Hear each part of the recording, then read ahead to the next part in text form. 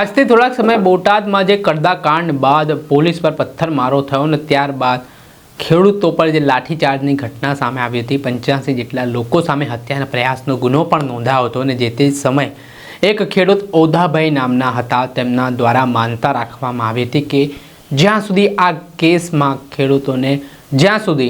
કેસમાં નિર્દોષ ખેડૂતોને છોડવામાં નહીં આવે ત્યાં સુધી તેઓ ચંપલ અને ચા નહીં પીવે ને તેમની માનતા પૂર્ણ થઈ છે, કેમ કે બોટાદ હળદરકાંડના તમામ ખેડૂતો જેલમુક્ત થયા છે। ત્યારે ઓધાભાઈના ત્યાં પહોંચ્યા હતા આમ આદમી પાર્ટીના નેતા પ્રવીણ રામ અને રમેશ મેર। તેમણે શું કહ્યું વિગતે વાત કરી। વૈષ્ણવજન તો તેને કહીએ જે પીડ પરાઈ જાનાને રે। નમસ્કાર દર્શક મિત્રો, નવજીવન ન્યૂઝમાં આપનું સ્વાગત છે। હું છું ફૈઝાન।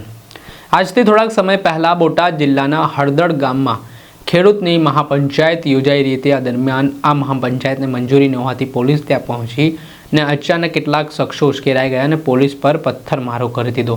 બાદમાં પોલીસે લાઠીચાર્જ કર્યો અને આ સમગ્ર ઘટનાને લઈને 85 જેટલા ખેડૂતો અને લોકો સામે હત્યાના પ્રયાસનો ગુનો પોલીસે દાખલ કર્યો હતો, જેમાં આપ નેતા રાજુ કરપડા, પ્રવીણ રામ સહિતના નેતાઓનો સમાવેશ પણ થાય છે। ત્યારે બોટાદના હળદરકાંડની ઘટનાને લઈને સાયલા તાલુકાના ઓધાભાઈ નામના ખેડૂત દ્વારા એક માનતા રાખવામાં આવી, જેમાં તેમણે કહ્યું કે જ્યાં સુધી આ કેસમાં આ તમામ લોકો જેલમુક્ત નહીં થાય ત્યાં સુધી તેઓ ચંપલ અને ચા નહીં પીવે। આ તમામ લોકો જે આપ નેતાઓ અને ખેડૂતો હતા તેઓ જેલમાંથી મુક્ત થયા, તેમને જામીન મળ્યા અને જામીન મળ્યા બાદ હવે આપ નેતા પ્રવીણ રામ અને રમેશ મેર છે તે ઓધાભાઈના નિવાસસ્થાને પહોંચ્યા હતા, જ્યાં ચા અને ચંપલ જે માનતા રાખી હતી નહીં પીવાની ને પહેરવાની તે માનતા પૂર્ણ થઈ છે। આ મામલે શું કહી રહ્યા છે આપ નેતા પ્રવીણ રામ, તેમને સાંભળો। નમસ્કાર મિત્રો, સાયલા તાલુકાનું લીંબાડા ગામ અને એમના જે કંઈ ઓધાભાઈ ગામના વ્યક્તિ કે જેમણે હળદર મુકામે જે ઘટના બની અને ઘટના બાદ નિર્દોષ ખેડૂતોને અને અમને બધાને જેલમાં પૂરવામાં આવ્યા, ત્યારે ઓધાભાઈ એક માનતા રાખેલી કે જ્યાં સુધી આ નિર્દોષ ખેડૂતોને જેલમાંથી છોડવામાં નહીં આવે ત્યાં સુધી એ પોતે ચપ્પલ નહીં પહેરે અને ચા નહીં પીવે, આવી એમની બાધા હતી। પોતે મેરડી માતાના ભુવા પણ છે અને એક ખેડૂત તરીકે એમને લાગણી હતી કે નિર્દોષ ખેડૂતો સાથે અત્યાચાર થયો છે, ખોટું થયું છે। તો આ એક ચોખ્ખી વાત છે કે કદાચ આંદોલનને તોડી શકાય, ખેડૂતોના અવાજને તોડવાનો પ્રયત્ન કરી શકાય, પરંતુ જે ખેડૂતોના દિલમાં જે લાગણી છે એને ક્યારેય તોડી ન શકાય અને એ લાગણીને લઈને ઓધાભાઈએ માનતા રાખી હતી। આજે હું અને રમેશભાઈ મેર આજે જ્યારે અહીંયા બોટાદ મુકામે અમારા લીગલ કામ અને અહીંયા હાજર અમુક જે કંઈ પ્રોસેસ પતાવવાની હતી એ મુકામે જ્યારે આવ્યા ત્યારે અમને જાણ થઈ કે ઓધાભાઈ આવી માનતા રાખી છે। ત્યારે હું અને રમેશભાઈ અહીંયા માતાજીના દર્શને આવ્યા છે। એમની માનતા હતી કે બધા નીકળે અને ત્યારબાદ અહીંયા માતાજીના દર્શને અમે બધા આવીએ પછી એમની માનતા પૂરી કરશે। એટલે હું અને રમેશભાઈ મેર અને અહીંયા અમારી બોટાદની આખી ટીમ અમે બધા માતાજીના દર્શન કરવામાં આવ્યા છે અને માતાજીના દર્શન કરી અને ઓધાભાઈને હવે આવનારા દિવસોની અંદર એની માનતા પૂર્ણ કરશે।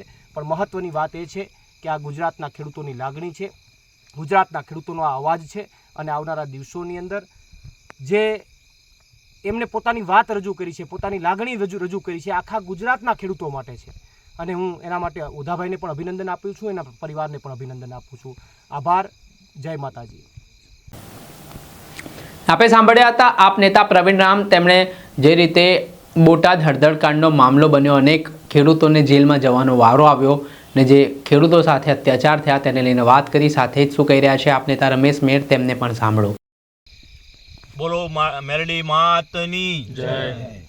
આજે જ્યારે આમ જોવો તો આ તાનાશાહી અને ભ્રષ્ટાચારી સામે લડવા માટે કંઈક ને કંઈક ઈશ્વરની પણ અસીમ કૃપાની જરૂર છે અને ખાસ કરીને જ્યારે હળદર મુકામે જે લોકો ઉપર જે પ્રશાસન દ્વારા અત્યાચાર કરવામાં આવ્યા ને જે ગુનેગાર નહોતા અને કોઈ ગુનો નહોતો, માત્ર ને માત્ર એમના ન્યાય માટે લડવા માટે જે ખેડૂત ગયા હતા એ લોકોને ઢોર મારવામાં આવ્યો અને જેલ હવાલે કરવામાં આવ્યા।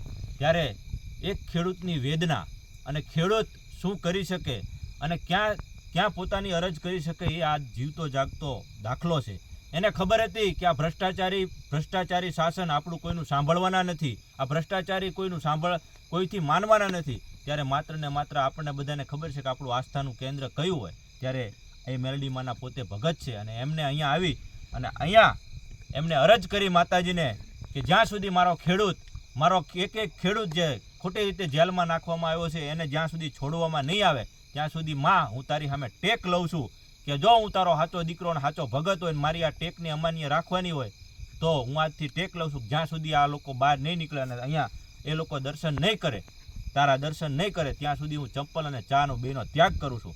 આજે આવા તપસ્વી લોકોનો ખૂબ ખૂબ આભાર. અને આવા જ્યારે લોકો લડવૈયા અને તપસ્વી લોકો જ્યાં સુધી આ દેશ અને દુનિયામાં છે ત્યાં સુધી આ ભ્રષ્ટાચારીની તાકાત નથી કે કોઈને અન્યાય સામે લડતા માટે રોકી શકશે. ખૂબ ખૂબ પહેલાં તો અમે ધન્યવાદ કરીએ છીએ કે જેને અમે ઓળખતા પણ નહોતા પણ એમને પણ એક ખેડૂતના દીકરા તરીકેની જે પીડા હતી વ્યક્ત કરી અને એમને આસ્થા હતી એ આસ્થા ઉપર આજે માતાજી ખરી રીતે અમને દરેકને દેશના દરેક ખેડૂતને મદદ કરી છે અને આવનારા સમયમાં પણ એમના બોલે માતા ઊભી રહે એવી માતાને પણ અમે પ્રાર્થના કરીએ છીએ અને આજે એમની ટેક પૂરી કરવા માટે અમે આવ્યા છીએ. આવનારા સમયમાં આનેથી પણ વધારે લડશું. એ બદલ હું દરેક ખેડૂતનો અને દરેક જેને સાથ સહકાર આપ્યો એ દરેકનો ખૂબ ખૂબ આભાર. આપણે સાંભળ્યા હતા આપ નેતા રમેશ મેનને તેમના ઘટનાને લઈને જે રીતની ક્રૂરતા જે પોલીસ દ્વારા કરવામાં આવી હોય તેવા આક્ષેપો તેમણે કર્યા અને ખેડૂતોને ઢોર મારવામાં આવ્યા હોય તેવી વાત કહેતા ફરી એકવાર પોલીસની કામગીરી સામે સવાલો ઉઠવાની શરૂઆત થઈ છે. દર્શક મિત્રો, આવા જ નવા વિડીયો સાથે આપણે માહિતગાર કરતા રહીશું, એટલે નવજીવન ન્યૂઝ જોતા રહો.